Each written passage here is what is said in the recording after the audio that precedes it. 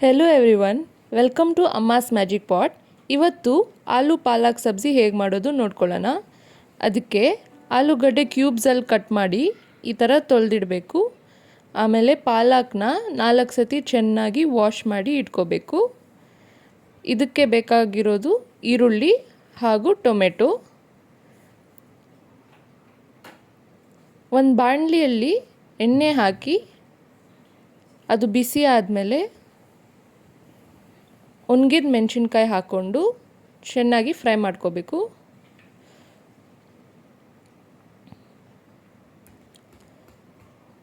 ಅದಕ್ಕೆ ಜೀರಾ ಹಾಕಿ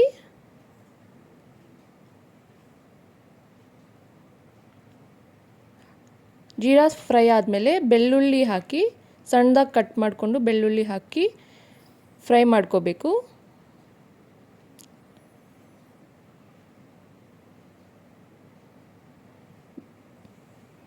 ಬೆಳ್ಳುಳ್ಳಿ ಚೆನ್ನಾಗಿ ಫ್ರೈ ಆದಮೇಲೆ ಸಣ್ಣದಾಗಿ ಕಟ್ ಮಾಡ್ಕೊಂಡಿರೋ ಈರುಳ್ಳಿ ಹಾಕಬೇಕು.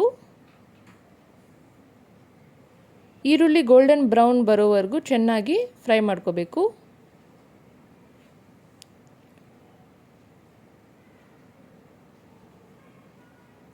ಈರುಳ್ಳಿ ಫ್ರೈ ಆದಮೇಲೆ ಆಲೂಗಡ್ಡೆನ ಹಾಕೋಬೇಕು.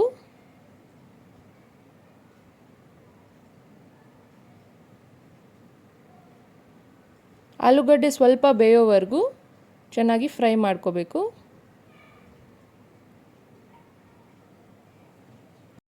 ಆಲೂಗಡ್ಡೆ ಸ್ವಲ್ಪ ಬೆಂದ ಮೇಲೆ ಟೊಮೆಟೊ ಹಾಕೋಬೇಕು. ಹಾಗೆ ರುಚಿಗೆ ತಕ್ಕಷ್ಟು ಉಪ್ಪು ಹಾಕೋಬೇಕು.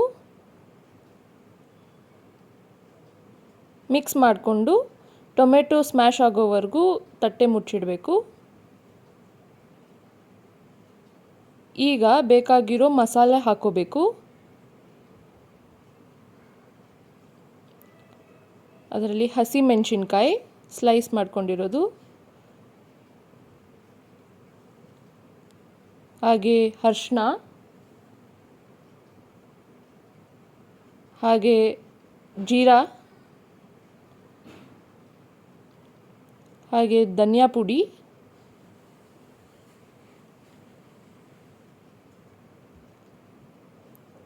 ಆಮೇಲೆ ರುಚಿಗೆ ತಕ್ಕಷ್ಟು ಖಾರದ ಪುಡಿ, ಇದೆಲ್ಲ ಹಾಕ್ಕೊಂಡು ಚೆನ್ನಾಗಿ ಮಿಕ್ಸ್ ಮಾಡ್ಕೋಬೇಕು.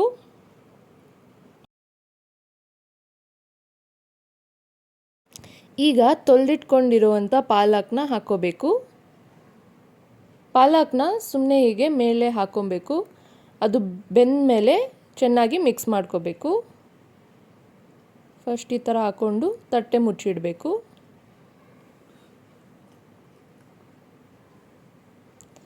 ಪಾಲಕ್ ಸ್ವಲ್ಪ ಬೆಂದಾದಮೇಲೆ ಇವಾಗ ಮಿಕ್ಸ್ ಮಾಡ್ಕೋಬೇಕು.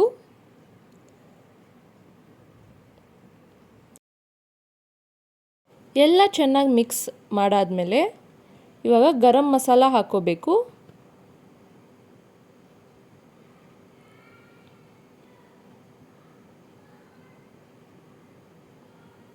ಹಾಗೆ ಕಸೂರಿ ಮೇಥಿ ಹಾಕೋಬೇಕು.